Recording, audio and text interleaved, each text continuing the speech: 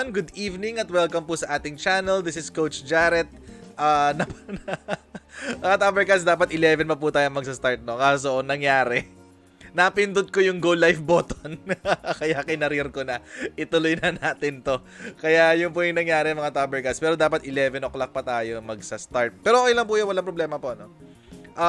Kokomentan ko lang yung sinabi ni Life is Bored, no? Life is Bored, hindi po tayo pwedeng dumiretso sa ating topic kapag live. Okay? Kasi kailangan po natin i-acknowledge na meron po tayong mga audience dito at gusto po nila magpa-shoutout. So, yun po ang ating what do you call this? Tradisyon dito sa ating channel. No? So, ganyan po ang ating sistema. Pero mga Tabercats, no, kung di nyo pa po nagagawa, please click subscribe. Meron po tayong subscribe button dito sa baba. Okay, at meron din po tayong like button. Okay, paki-click na rin po yung ating like button.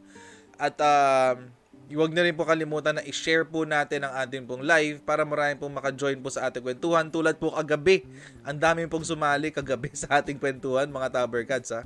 Umabot tayo ng mga 2,000 plus. So, ayan po. Kaya sana po maulit na magkaroon tayo ng repeat ngayong gabi, no, mga Tabercats. Okay, so currently po, we have 146 viewers right now, no? Live viewers po. Thank you very much po sa inyo dahil nakapatuloy po kayong sumusuporta. At bago po tayo mag-umpisa, no, as usual, tulad lang na-explain ko po kanina, katulad po na-explain ko po kanina, pupunta na po tayo sa ating tradisyon, okay, ng pagiging pag-shoutout sa ating mga kaibigan sa Pilipinas at sa abroad. Yan po ang ating COVID-19 update for today kay September 29, 2020 at kahapon po, mga Tabercats. May nangyari po na what do you call this? Yung usual po na Monday na what do you call this? Feed. Okay, ang pakikipag-usap ng ating presidente sa atin ay naganap. Isa po sa mga item, marami po siyang pinag-usapan, no? Nandyan po yung telecoms, nandyan po yung PhilHealth na i-abolish, nandyan din yung what do you call this? Mga NPA na daming tinakel. Pero I think ang pinaka-relevant ngayon sa atin lahat, mga Tabercats, itong tungkol sa Facebook. Okay? So, pakinggan po natin to, mga Tabercats. Okay, lalagyan ko muna ng audio ang ating. Ayan, para marinig nyo. Okay, where are we? Okay, yan. Ready? I hope you're ready. Game. The Facebook is as wide as the universe. Ang use yan, it can create, lahat basto, create trouble, or wala nang magawa. It has opened a Pandora's box.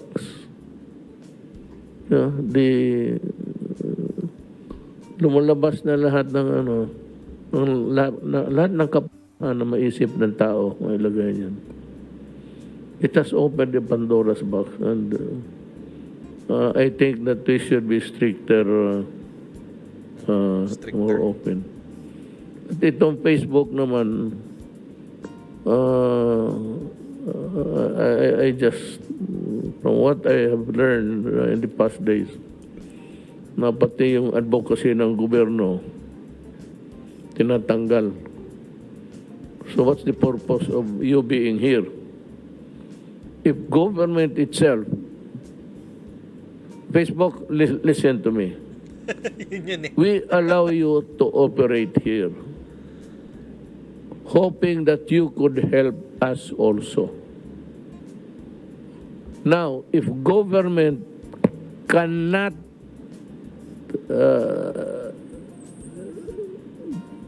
espouse or advocate something which is good for the good of the people, then what is your purpose here in my country?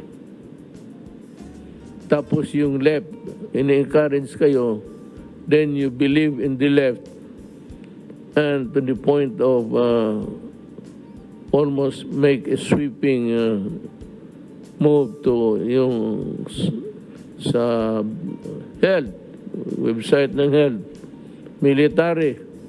We're fighting a war. Facebook insurgency is about overturning government. Correct. What would be the point? I said before, in my eyes, what would be the point of allowing you to continue if you cannot help us? We are not advocating mass destruction. We are not advocating mass massacre. It's a fight of ideas. And apparently, from the drift of your statement or your position is that it cannot be used as a platform for it's so convoluted. I cannot understand it. But ito na lang. Tell me kung bakit hindi ko magamit para sa kapakanan ng taong bayan. If government cannot use it for the good of the people, then we have to talk. Correct. We have to talk sense.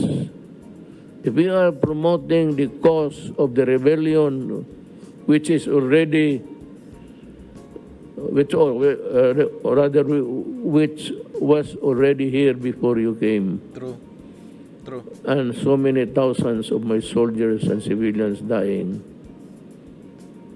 then if you cannot reconcile the idea of what your purpose is or was, then we have to talk. I don't know what I will do, but we have to talk. Hindi pwede na, you cannot lay down a policy for my government. Correct. Correct. I Exactly. allow you to operate here. You cannot bar or prevent me from espousing the objectives of government. True. No government in this wide world espouses killing or execution or whatnot.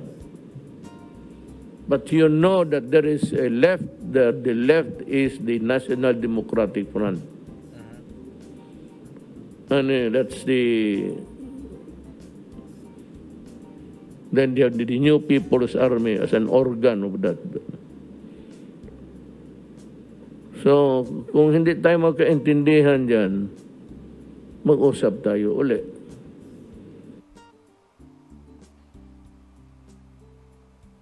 Okay. So, yun po mga Tabergads, no? Pasensya na po kung medyo naghahang yung yung ating live. Yung signal ko po sa internet is in and out. Although nagsistabilize naman siya unti-unti. But pasensya na lang po muna kung in and out po yung ating signal. Tulad nga po ng nabanggit ko kanina, isa po sa mga issues na kailangang ayusin dito sa Pilipinas sa itong lintik na telco na to. Na nabanggit na rin yan ni PRRD kahapon. At kung titingnan nyo rin po dito sa aking Facebook page, no, meron po akong nilagay diyan na fine print po 'yon, no, fine print po 'yon sa ating mga telco.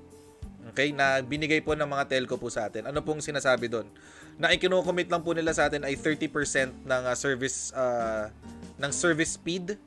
Okay, so let's say kung meron kang ang subscription speed mo ay 10 Mbps, ang commitment lang nila sa iyo na ibibigay ay hindi bababa ng 3 Mbps. Ganun lang, 30%. So, lugi. Lugi tayo. But anyway, that's for another time. Okay, marami tayong oras para pag-usapan yan, telco. Pag-usapan muna itong Facebook. Alam niyo mga Tabergads, ito pong si Facebook ay alam naman po natin nasa States po itong si Facebook, no? At nag-ooperate po siya sa States. Okay? Ang headquarters po nila ay nasa Amerika. At sila po, in essence, ay sumusunod po sa US law. Okay? So, American law po sila sumusunod. Okay? Mga Tabergads, last year, okay, nagkaroon ng problema itong si Facebook sa US government. Hindi lang dahil sa censorship, pero pati sa paggamit ng personal information ng mga taong naka-subscribe dito. Yung mga taong merong Facebook account. Ang ginagawa po ni Facebook ay kino-collect po niya itong mga impormasyon na to Okay? So lahat po ng sino-search nyo sa Facebook, lahat ng tinitignan yung mga picture, lahat ng mga tinitignan yung mga gusto nyong bilhin sa Facebook, kinokolekta po ito ni Facebook. At ang gagawin po niya, magko-customize po siya ng mga advertisements. Okay? Dito po kumikita si Facebook. Okay, so kung mapapansin niyo po mga Tabergans, no, tulad po recently, naghahanap po ako ng sasakyan. So nag-search ako sa Facebook ng mga posibleng mga ahente, etc. etc. Ang napansin ko, pag every time ngayon nandun ako sa aking newsfeed, lahat ng nakikita kong ads, mga sponsored ads, ay puro tungkol sa mga paano makabili ng brand new car ng ganitong presyo, okay, mga tungkol sa mga iba-ibang brand ng kotse. Try nyo po mga Tabergads. Try nyo po yan. Try nyo po mag-search ng mga produkto sa Facebook. After po nun, hintayin nyo lang mga 30, wala pa nga 30 minutes eh. After 15 to 30 minutes, mag-iiba na yung ads nyo sa Facebook, yung mga sponsored ads. Yan po ang ginagawa ni Facebook at nagkaroon po sila ng problema dyan. Pero isa pa pong naging problema, pangalawa pong naging problema sa Facebook, sa Amerika po ito mga Tabergads ay nagkakaroon po dito ng censorship. Okay? Mga Tabergads, no, hindi ko na po palalalimin yung usapan dito sa US law kasi wala naman tayo sa US. Pero mga Tabergads, sa US po kasi ang mga website katulad ni YouTube, ni Instagram, ni Twitter, ni Facebook, yan, mga kumpanya na yan, nag-ooperate sila sa pamamagitan ng ibang batas. Okay? Hindi sila kino-consider as publishers. Hindi sila publishers. Ang treatment sa kanila, ang tingin sa kanila ng batas ay parang content database lang. Lalagyanan lang ng content. Okay? Sino ang nagbibigay ng content? Tayo. Tayo yung nagbibigay ng content, yung mga nagsasubscribe sa kanila. So nag-ooperate po sila sa ibang batas. Ngayon po, sa batas po na iyon ng US, may provision po kasi doon na hindi ka pwedeng mag-censor. Hindi ka pwedeng mag-censor, hindi ka pwedeng mag-publish. Ibig sabihin, hindi ka pwedeng mamili kung ano ilalagay mo sa plataforma mo o hindi. Okay? So yun po ang ibig sabihin nun. Nagka-problema rin po si Facebook at si YouTube, in fact, last year, 2018 hanggang ngayon, nagkakaproblema sila dahil sa censorship, mga Tabergads. So, ito pong nangyayari ngayon. Yung naging problema nila sa US, medyo nare-resolve na ngayon. No? Pinapasa ngayon nila dito sa Pilipinas. Okay? Pinapasa po nila ngayon dito sa Pilipinas. Meron pong nag-aano dito. Wag po tayo mag-flood ha, mga Tabergads. Sa ating pong live chat, wag po tayo mag-flood ha para nakikita ko po lahat ng comments. Okay? So, going back po mga Tabergads. Ganun po ang nangyari. Yung censorship ngayon na naging problema sa US ay nagiging problema na rin ngayon dito sa Pilipinas. Hindi na po sila nag-ooperate bilang isang content repository. Ngayon po, nag-ooperate na sila bilang isang publisher. At iba po ang batas nun. Iba po ang batas ng pagiging publisher. So, problema po yan sa States. Problema na rin po ngayon dito sa Pilipinas. Bakit po ngayon naging issue po ito sa Pilipinas? Alam niyo naman po mga Tabergads, ang Pilipinas po ang second biggest user ng Facebook sa buong mundo. If not the biggest user. Tayo po may pinakamalaking users. Okay, kung di tayo second, tayo ang first. Kino-consider ko rin kasi yung India. Kasi yung India, malakas din sila gumamit ng Facebook. Coach, bakit hindi China? Kasi po banned ang Facebook sa China. Okay? Hindi po nakaka-access ang mga Chinese sa mainland China ng Facebook. Okay, may sarili silang social media portal doon. Okay? Ayan, thank you very much Resville for your subscription. Thank you very much. So ganun po, no? Ganun po 'yung nangyari. So mga Tabergads, malaki issue ito sa atin kasi lahat tayo gumagamit ng Facebook. In fact, yung Facebook page ko ngayon buhay pa rin. Facebook account ko nandiyan pa rin. Bakit? Kasi karamihan ng mga Pilipino ay nasa Facebook. Wala akong choice. Kahit gusto ko umalis sa Facebook, wala akong choice kasi nandoon kayong lahat. Wala akong choice eh. Ganun talaga kasi andun kayong lahat. So magtitiis ako. Tiis-tiis tayo. Pero, ngayon mga Tabergads, nagkakaroon na tayo ng censorship. Lumampas na po tayo ng 1,000. Thank you very much po sa 1,000 po na nanonood ngayon. Thank you very much po. Ayan, so nagkakaroon na po tayo ng censorship. Yung problema dati sa States, ngayon nasa Pilipinas na. Kaya ngayon, itong si Rappler, may fake news na naman. Ang sabi, Duterte threatens to stop Facebook in the Philippines. Wala namang sinabing ganun si Presidente. May sinabi ba siya na ipapasara niya ang Facebook? Narinig ba natin kanina na sinabi ni Presidente na ipapasara ko ang Facebook? Di ba ang sinabi lang niya anong silbi nyo? Anong silbi ng Facebook kung hindi nyo kami tutulungan na mag-govern sa aming tao? Bakit nyo ini-impose sa amin ang mga polisiya nyo? By the way, ang dahilan po sa policy na to, mga Tabercats, kung bakit sila nagsisensor ngayon, ay dahil may mga advertisers sila na ang gusto nila malinis yung Facebook. Malinis. Ibig sabihin, kung ano yung pinapaniwalaan ng mga advertisers, yun din ang kanilang, doon lang sila sasali sa pagbigay ng kanilang ads sa Facebook. Okay? So, ganun po yung nangyayari. No? Dahil sa advertisers, naghahabol ngayon to si Facebook. Kaya ngayon nagkakaroon ng censorship. Pero walang sinabi si PRRD, walang sinabi yung presidente natin na ipapatigil ang Facebook. Anong sinabi ni PRRD? Mag-uusap tayo, di ba? Ang bilis sa fake news ito ni Rappler Alice, thank you very much for subscribing. Alice Longshaw. Ang bilis sa Facebook, ang bilis sa fake news ni Rappler. Sobrang bilis. O, tinan mo, updated. Updated pa. Diyos ko, kagabi pa sinabi yan. Anong updated? Sinungaling talaga tong si Rappler. Anyway. Sinabi niya, threaten to stop Facebook. Okay? So, sige nga, hanapin nyo nga dyan, nasaan yung threat. Paibasa nga po. Baka po kasi mali lang ako ng pagkakaintindi. Kasi minsan naman po talaga, may mga panahon na nabobobo tayo. Tulad ko, may mga panahon na nabobobo ko. Pero, asaan po dito? Hindi nyo kasi makita kamay ko Nasaan po dito? Yung sabihin na ititigil ang Facebook. Ayan, meron nag-comment sa atin, nasa China. Yes, Coach, Bloc po dito, kaya gumagamit kami ng VPN dito sa China para makapag-FB at Google at YouTube kami. Naku, thank you very much, Ma'am Annalyn, no? Na dahil kumuha kayo ng VPN na mapanood nyo ako ngayon. Di ba? Sinungaling tong si Rappler talaga Wala ka talaga aasahang dito intellectual honesty dito kay Rappler.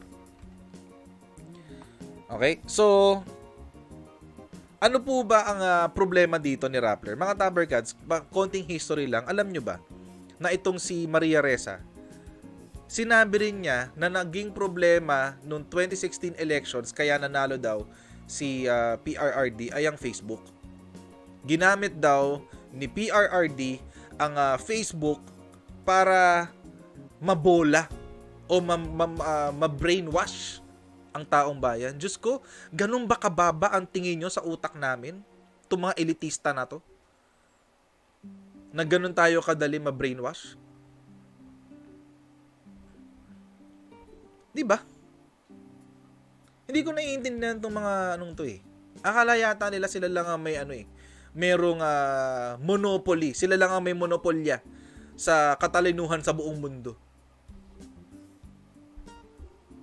Ay, nako. Anyway, going back.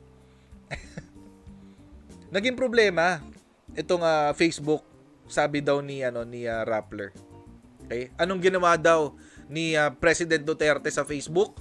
Sabi ni Rappler, Maria Ressa, social media being weaponized to discredit journalists online.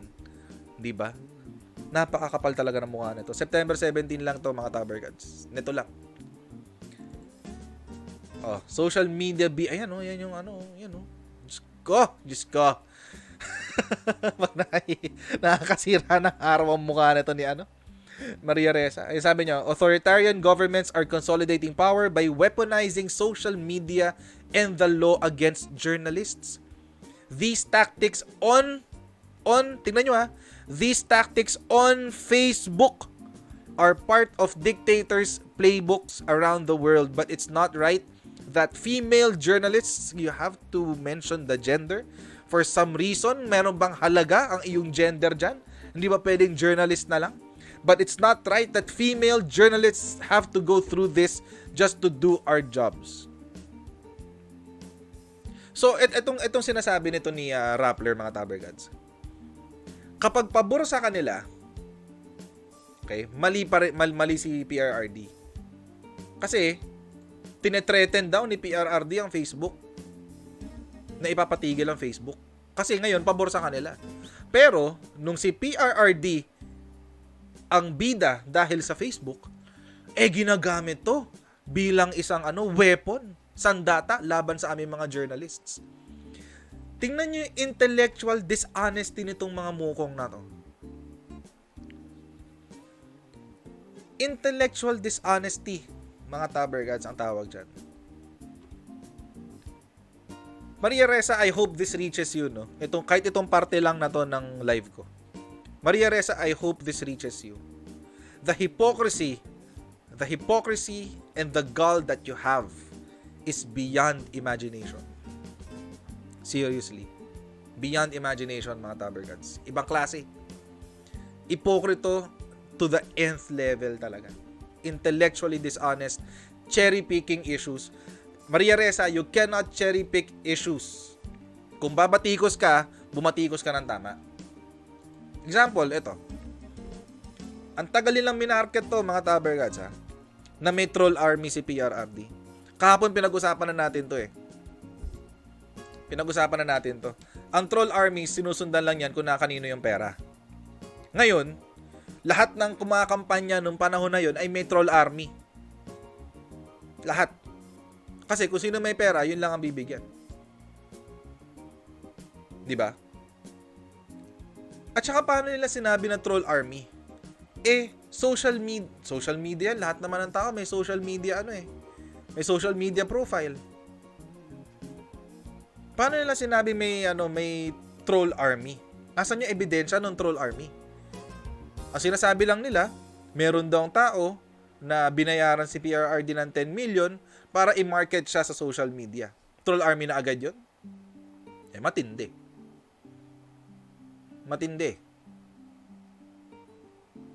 At kahapon, mga Tabergads, na pag-usapan natin. Ay, mamaya pala. Ipupunta pala ako dyan. Ito yung report nila kaninang gabi. Ngayon ko lang ito nakita, mga Tabergads. Sabi niya, what do Facebook community standards say about inauthentic behavior? Sabi. Ano daw sila sabi? Okay? We don't allow people to misrepresent themselves on Facebook, use fake accounts, artificially boost the popularity of content, or engage in behaviors designed to enable other violations.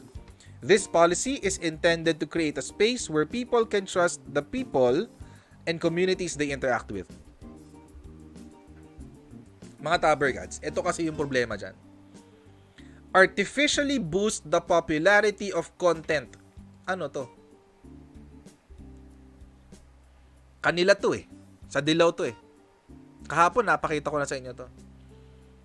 Si Pinoy Ako Vlog, yung pa-boost niya, 18,000 para sa isang content. Artificial to Kasi Facebook ad to. Facebook ad. So artificial yan. Okay? Sabi ni Facebook, ayaw daw nilang engage, artificially boost the popularity of content. Ano to? Di ba kahapon pinakita ko sa inyo to? Sponsored content ni Trillanes. Artificial yan. Bakit? Bayad So artificial. Hypocrites. Balikan natin yung article, mga Tabergads. Bakit daw tinake down ng Facebook? Okay? In a recent report, what did Facebook find? In a recent report, explained that the busted network consisted of several clusters of connected activity that relied on fake accounts to evade law enforcement, post content, and comment and manage pages. Okay? Ito yung sinabi ni Nathaniel Gleischer. Ano daw yung content, mga Tabergads? Ito yung content. The posts in Filipino and English, according to the Facebook official, tackled local news, and events including domestic politics, military activities against terrorism, pending anti-terrorism bill, criticism of communism, youth activists and opposition, the Communist Party of the Philippines and its military wing, the New People's Army, and the National Democratic Front of the Philippines. Mga tabercats, logic will dictate na kung talagang gustong linisin ni Facebook kung gusto talaga niyang magkaroon ng sinasabi nila na, babalikan ko yung sinabi nila na, what do you call this? Kung gusto talaga nila na hindi ma-misrepresent ng mga tao sa Facebook ang kanilang mga sarili, gumamit ng fake accounts, artificially boost the popularity of content, and engage behaviors designed to enable other violations, bakit iisang topic lang? Iisang klase lang ng topic yung kanilang binan. Iisang klase lang to eh. Hindi ba? Isang klase lang po ito ng topic. Wala ho ito. Buti sana kung meron dyan kasama na, I don't know, chismis nung kay Julia Barreto ng buntis. Diba? Buti kung kasama yan dyan. Okay lang. Ay, by the way, ito, meron daw mga 5 dislikes. Okay, sa mga nagdi-dislike po nitong video na to, please, comment sa live chat. Comment sa live chat ha. Kasi mga tabercats, ganito. Ang ginagawa nitong mga mokong na to, no, itong mga nagdi-dislike. Magdi-dislike sila dito. Tapos, ipi-PM nila ako, ipa-private message nila ako sa Facebook. O kaya, magko-comment sila sa comment section ng re-upload ko nitong video. Di ba re-upload? Nung edited version nitong video.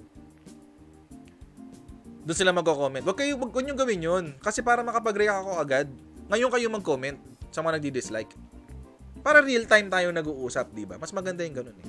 Going back.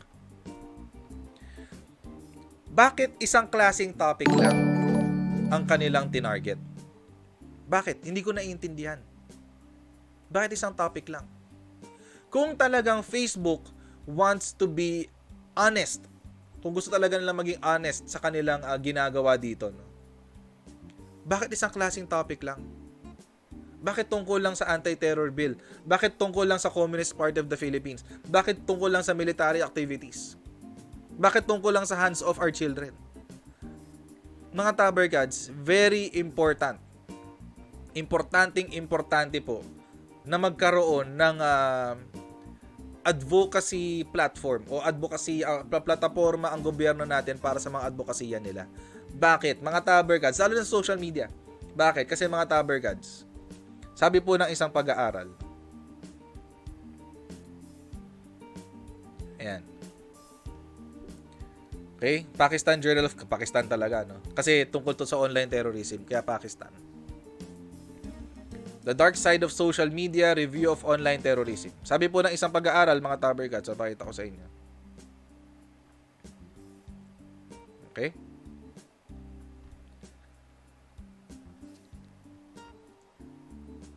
Lalampasan ko yan kasi wala dyan. Ayan. Social media quickly presented itself as a cheap and effective tool for mass communication as well as an effective method of specifically targeting key demographics. Okay, ibig sabihin, pag nagpo-post ka sa social media, lalo na kapag ikaw ay nag-post ng targeted tulad ng kay Trillanes, tulad ng kay Pinoy Ako Vlog, may mga target po kasi yan eh. Pwede mong iset kung anong age ang gusto mong kung anong age ng audience ang makakita ng ad na yon. Ano yung interest ng mga audience na yon. Gaano sila katagal nakababad sa Facebook, mga ganun. Pwede mong targetin ang mga tao na gusto mong makakita ng ad mo. Paano to ngayon ginagamit ng mga terorista? Recruitment strategy sa Facebook. Facebook falls into the social networking category of social media. Its primary function is to build and maintain relationships between people. Okay? Saan ba dito yung sa, ayan. Saan na yun? Sa, Ayan. The most important and useful feature Facebook feature for terrorist organizations is the group's function. The apparent strategy used by terrorist organizations is to create a Facebook group based on a seemingly innocent ideal such as supporting Palestinians for Islam or Islam in general. As member numbers for the group increase, jihadist material can be slowly introduced by members into the organization to the Facebook group in a way which does not directly condone or encourage jihadist actions. Mga Tabergads, ito po ay kaya po jihadist kasi ito pong research na po na ito ay ginawa sa Pakistan. Pero mga Tabergads, same strategy po dito sa Pilipinas ang ginagawa ng NPA. Last time po nakapagpakita po ako sa inyo, 'di ba, ng last video natin tungkol dito. Nakapagpakita ako tungkol sa activities ng LFS. Ano pa ba? Tsaka yung Facebook group ng iba pang mga NPA detachments mismo o NPA camps mismo. Ganon din po ang ginagawa nila mga Tabergads sa Facebook. Ito pa. Terrorist usage of social media. Okay, in a study by Gabriel Weinman of University of Haifa, Weinman found that nearly 90% of organized terrorism on the internet takes place via social media.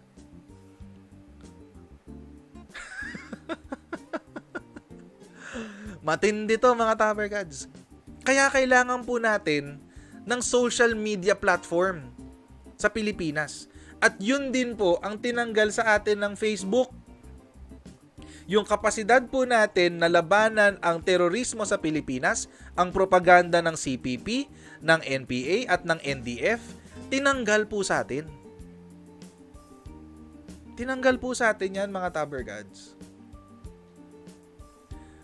Kaya po mga Tabergads, hindi po ito simpleng, Facebook lang naman yan, okay lang mawala yan. Hindi po. Kailangan din po natin ipaglaban to. Thank you very much, Mark Oliveros. Kailangan din po natin ipaglaban to mga Tabergads.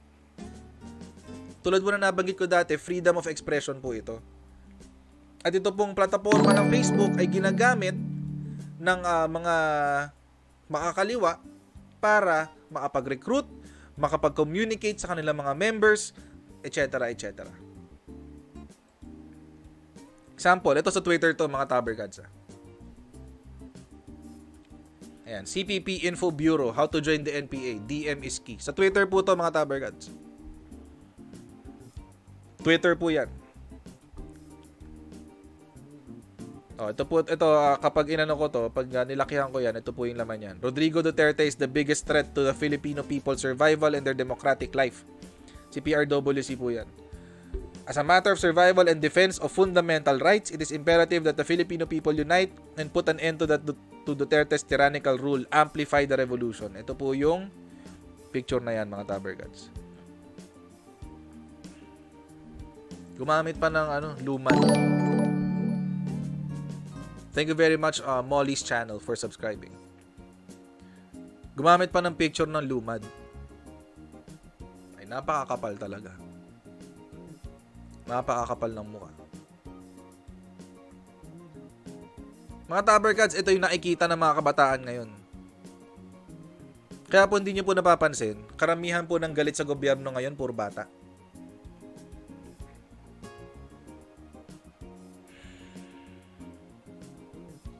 Mga bata po to mga Tabergads. Kasi ito po ay sa Twitter.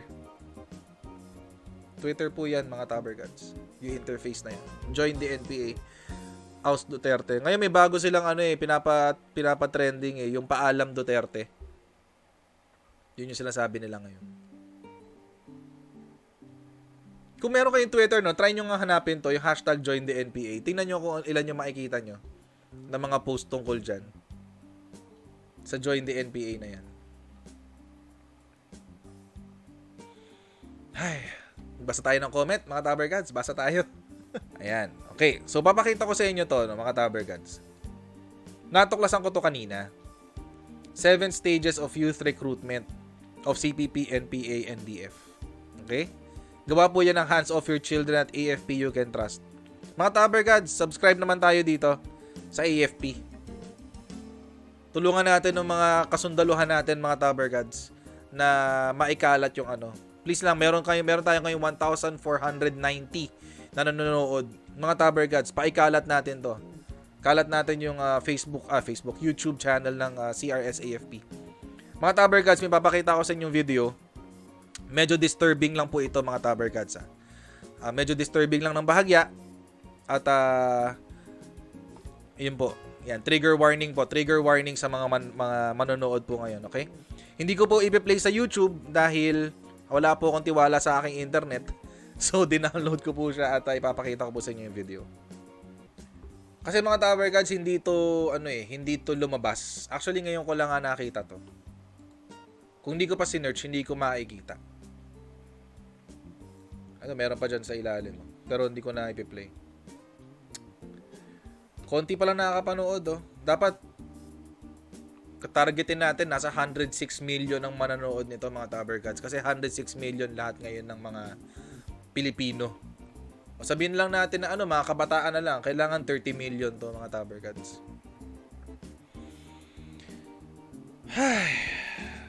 Bigat sa heart, mga Tabergads. Kaya po, mga Tabergads, ayun, nawala. I-reload ko. Suportahan po natin to, no? Si Hands of Our Children, siguro gumawa sila ng bagong page. Ang tagal bumalik. Siguro po gumawa sila ng bagong page. Si Hands of Our Children. Hala, nawala. Ayaw na pumasok. Tsaka si NTF-LCAC, wala rin. Ayaw pumasok, site can't be reached. Ay, nako. Anyway, panood na itong isang sinabi ni PRRD, mga Tabergads. Congress, I appeal again to Congress. I cannot fight corruption. I cannot find an answer for. Benedict, thank you for subscribing. I forgot that it was in my. It was in a gray matter between my ears. How to move people who are almost resistant to finding fault and resisting moves of government to improve. Wala eh. Bara-bara. So Congress might want to enact legislation. You know, it's not. It has not been done not in the Philippines. It's only done in parliamentary countries, where the Prime Minister is grilled during the question hour. But I want to Congress to know that I'm ready to appear there in Congress and discuss with them. But they should allow me to talk first, then discuss how we can cut corruption, simplify the ease of doing business, as some recommendation, almost radical. Mr. Larry, thank you very much for subscribing din. Okay. Mga Tabergads, ito po yung parte ng video kahapon ni PRRD na umaapila po siya sa Kongreso para, ano yan? Yan, umaapila po sila sa Kongreso para po humingi ng tulong para tapusin ang corruption sa Pilipinas. Mga Tabergads, corruption po ang target po dito ni PRRD. Pero, ano po ang ginawa ng Kongreso? Kanina lang. Gusto pong ayusin ang corruption sa Pilipinas. Gusto pong ayusin ang sistema sa Pilipinas. Anong ginawa ng Kongreso? 21 lawmakers want Lorraine Badoy fired for red tagging. Anong connect? Imagine, ang dami-daming problema ng Pilipinas. Nandiyan ng CPP. Nandiyan ng Abu Sayyaf. Nandiyan ng NPA, NDF. Tapos ang priority ng 21 kongresista na to patalsikin si Lorraine Badoy dahil ni red tag daw sila. Aba. Anong klaseng utak meron tong ating etong oposisyon natin.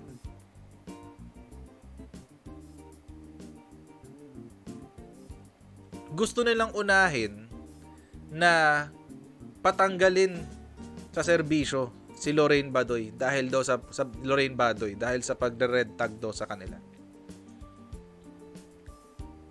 Mga taberkads, hindi naman sila kailangan i-red tag eh. Mamaya mapakita ko sa inyong video. Ito yung kanilang proposal kanina na September 28, 2020. The PCOO must end terrorist red tagging of House members. Okay? Ano yung kanilang mga demands? Ito yung kanilang demands. The PCOO and all of its officials and personnel take down all its social and other media posts that disrespect and slander the House members belonging to the Makabayan Bloc. Pinoprotektahan ng minorya ng Kongreso natin ang Makabayan Bloc. Mga taberkads, kung napanood nyo yung video kanina, magagalit kayo sa Makabayan Bloc eh.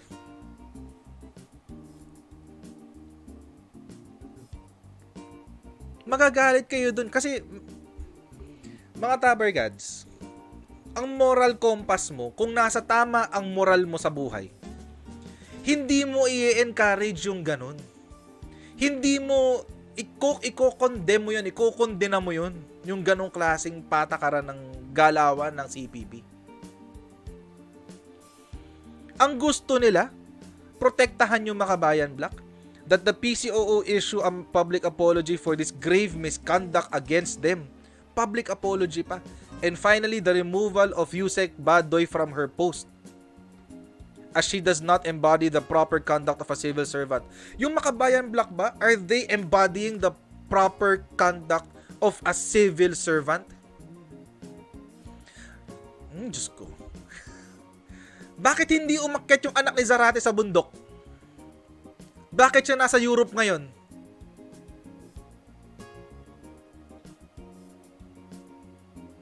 Nasaan yung mga anak nito mga to? Nasa bundok ba? Wala. Hayahay sa buhay. Si Sara Ilago, nasaan? Andyan sa Kongreso, bida-bida. Tandaan niyo yung mga pangalan na to, mga tabergads, ha? Abante, June, si Benvenido Abante, Janet Garin. Oh. Tandaan niyo yan, mga tabergads, ha?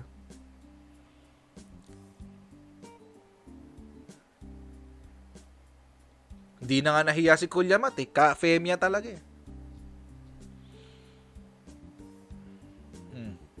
Yan yung mga pumirma.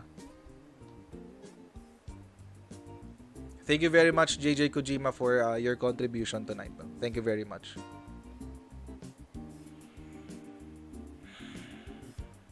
Ibang klase. Paano mo masasabing i-red tag kayo? Eto nga eh, si Joma Season na rin mismo ang nagsabi, mga taberkads. Si Joma Season na rin mismo ang nagsabi.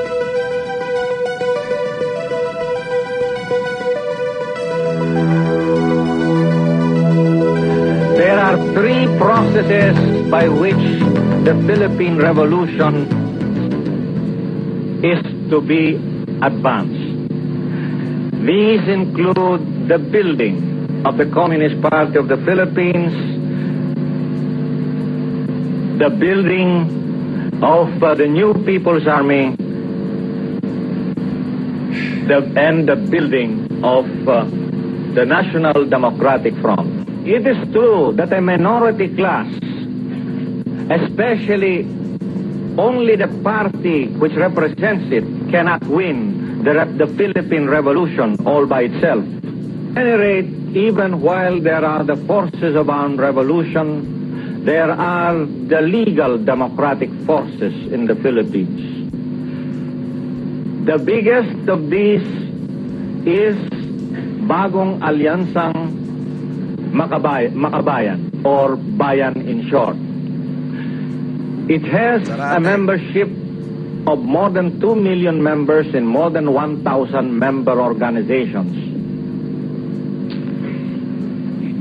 Its biggest component organizations are Kilusang Mayo Uno, which is the labor center the Pambansang Kilusang Magbubukid, which is the Kilusang Magbubukid ng Pilipinas or KMP, Gabriela, the Women's Alliance, League of Filipino Students, Alliance of Concerned Teachers, Cadena, and so on.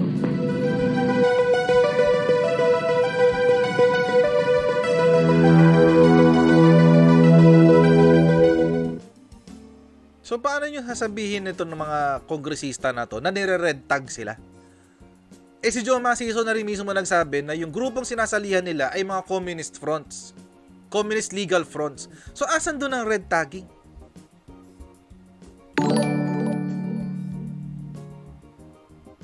Nice Vios, thank you very much for subscribing.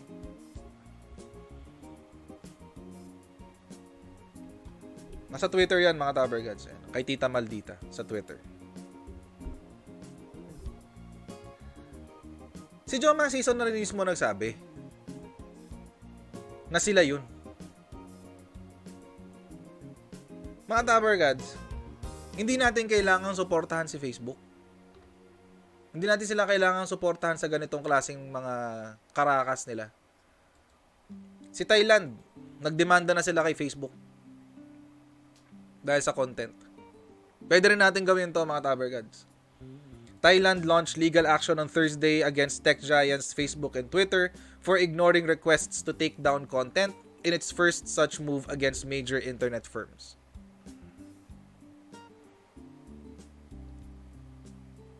Kaya natin to mga Tabergads. Sa atin naman, impinging on government policies. Pwede naman yun. Censorship. Pwede natin gawin to. Pwede tayong umabot sa ganitong punto. Pero napakabait pa rin ni President Duterte na hindi pa siya pumupunta sa ganong punto.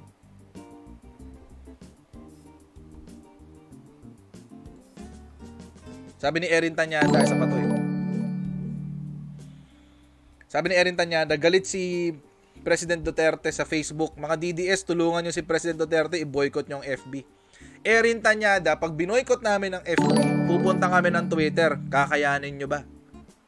Tanong. Kung sa Facebook nga, hindi nyo kami kinaya. Sa YouTube, hindi nyo kami kinakaya. Mga loyalista at mga DDS. Paano pa pag nag-Twitter kami?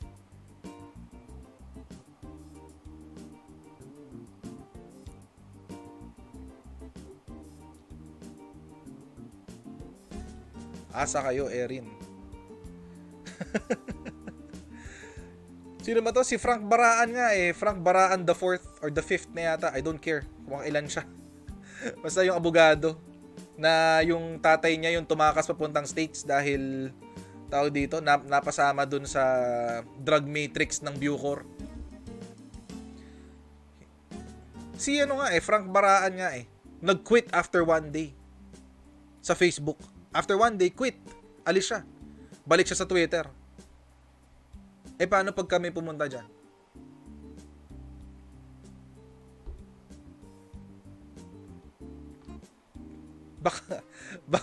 Baka mag-alisan kayo ng Twitter. Maghanap kayo ng iba.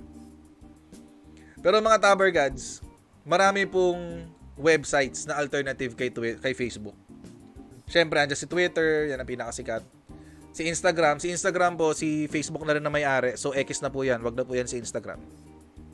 Snapchat, Pinterest, yan. Mga social media rin yan, mga Tabergads. Pero, ang so far, no, sa mga nabasa ko, ang pinakamagandang naringgan ko na parang Facebook is yung itong minds.com. Para siyang Facebook pero hindi siya gumagamit ng data mo. Hindi siya gumagamit ng personal information mo para ibenta sa mga ibang kumpanya. Hindi kumikita si Minds.com. Parang puro contributions lang yata dito kay Minds. Ayan. So, ako po, tatry ko po to si Minds. No? Magbubukas ako ng account sa Minds. Sana makita ko kayo doon. Itong 1,550 na nandito ngayon. Sana makita ko kayo doon sa Minds.com. Tatry ko po magbukas ng account doon. Mag-follow po tayo doon. Pero mga Tabergads, sa tinanong nga ni PRRD kagabi, no? Tanong niya kagabi, is there life after Facebook? Yun ang tinanong niya kagabi. Of course, meron. Meron. May buhay po after Facebook. Kung hindi po maganda yung mapag-usapan ni Facebook tsaka ng Philippine government, between the two, susunod na lang ako kay Philippine government. Malaki po mawawala na market sa Facebook pag umalis ang Pilipinas. Malaki po mawawala sa market ng Facebook. Kaya kailangan din nila tayo. Okay? So mga Tabercats, no, i-encourage ko po kayo, no, try nyo po yung minds.com. Nabalik ko nga yung niya. Try nyo po si minds.com, magbubukas po ako ng account dyan. Mag-follow na lang tayo din sa minds.com. Tingnan po natin anong pwede natin gawin dito, paano natin pwedeng i-maximize to. From what I know, censorship free. Itong minds.com, kay censorship free. Hindi po nila kinokontrol ang dyan. So kapag madali kang matrigger, madali kang mandiri, madali may mga dyan. May mga bagay na hindi natin dapat i-share sa mga kabataan. Yan, minds.com. Bagal ng internet. Sobrang bagal. Ayan, minds. Okay? So, try po natin mga Tabergads. Kita-kita tayo dun. At try natin bumuo ng network dito sa sa minds.com. Pasukin na natin to mga Tabergads. Mukhang mukhang malabo to si Facebook eh. Pero at any rate, kung maging maganda ang usapan ni PRRD, edi suporta wag po muna tayo lumipat. Pero baka magbukas na ako ng account dito para just in case may mga gustong sumali sa grupo ko dito sa Minds, magkita-kita tayo. Diba, mga Tabergads? Ay, nako. Medyo mabigat yung video, mga Tabergads. Magbabasa muna ako ng mga comments para medyo maging light naman ang kwentuhan natin ng bahagya. Tara, Twitter invasion. Let's get it on. Ay, nako. Ay, good luck mga dilaw kapag nangyari yan. Ay, nako. Good luck sa inyo. Anyway, try din natin si Big Kiss at i-research natin yan mga yan. Pero mga Tabergads, the point of the matter is this. Free speech is free speech. Okay? Irespeto po natin ang kalayaan ng bawat isang mamahayag. Irespeto din natin ang kagustuhan ng gobyerno na protektahan ng mga citizens niya sa pamamagitan ng information, education, at communication. Thank you very much. Ma'am Eri, nandito ka pala, Ma'am Eri. Thank you very much for joining us po tonight. Okay, thank you po at sa contribution niyo rin po. Thank you very much. Ayan. So, it's all about free speech. Tsaka, it's all about supporting our government. No? Suportahan po natin administrasyon natin sa gusto nitong ma-achieve. Kasi maganda naman po yung gusto ma-achieve ng ating administrasyon.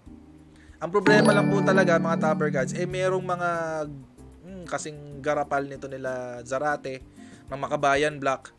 Thank you very much, Marivic Omnes, sa contribution po. At, supportahan po natin administrasyon natin, mga Tabergads. Thank you very much, Viral Vlog, for subscribing. So mga Tabergads, dyan na po muna tayo magtatapos, mga Tabergads. Maraming pong salamat. Hindi ko na po ako makakapag-shoutout ngayong patapos na kasi gusto ko pong bigyan din ng daan ng iba pang vloggers na gusto niya pa pong panoorin. Okay? Alam ko po may kasunod akong ibang vloggers na same message po natin. Para ma-encourage po kayo. Ma-encourage po kayo makipaglabanan dito sa ating social media. Social media war po ang ating pinapasok dahil sa itong papasok na po na election. So, kailangan po natin maghihanda tayo sa ganyan. So, mga Tabergads, okay, maraming salamat po sa mga OFWs na kasama po natin. Maraming pong salamat sa 1,500 peak na pinakamarami pong nanood po ngayong gabi. Maraming salamat po sa inyong support. At huwag niyo pong kalimutan, Christmas season na. Okay, kung nakikita niyo yun nasa taas. Saan yan? Ayan. Christmas season na. Kaya meron pa Christmas hat ang aking pangalan, okay? Pag pong kalimutan na Christmas season na po tayo, is the season for giving, sa season for loving, and making peace. Pero kung tulad ng mga taong dilaw na to na nanggugulo, ayaw nila ng peace, edi let's give them a piece of our minds. Ayan, ganoon na lang. Okay? So, thank you very much sa mga OFW sa kaibigan po natin. God bless you. Huwag po tayo susuko para sa ating mga pamilya, sa mga Pilipino po nating kasama. Pahinga na po tayo. At kung may papanoorin pa po kayo, wala pong problema. Maraming pala pong salamat sa inyong support. Bukas pong muli, 11 p.m. Okay, 11 p.m. Napaaga lang ako kanina kasi may napindot ako. May napindot kasi ako, pasensya na. Pero 11 p.m. po talaga tayo mga Toppercats. Okay, good morning, good afternoon, and good night. And I'll see you again tomorrow in my next YouTube Live. Bye everyone. See you tomorrow. Bye.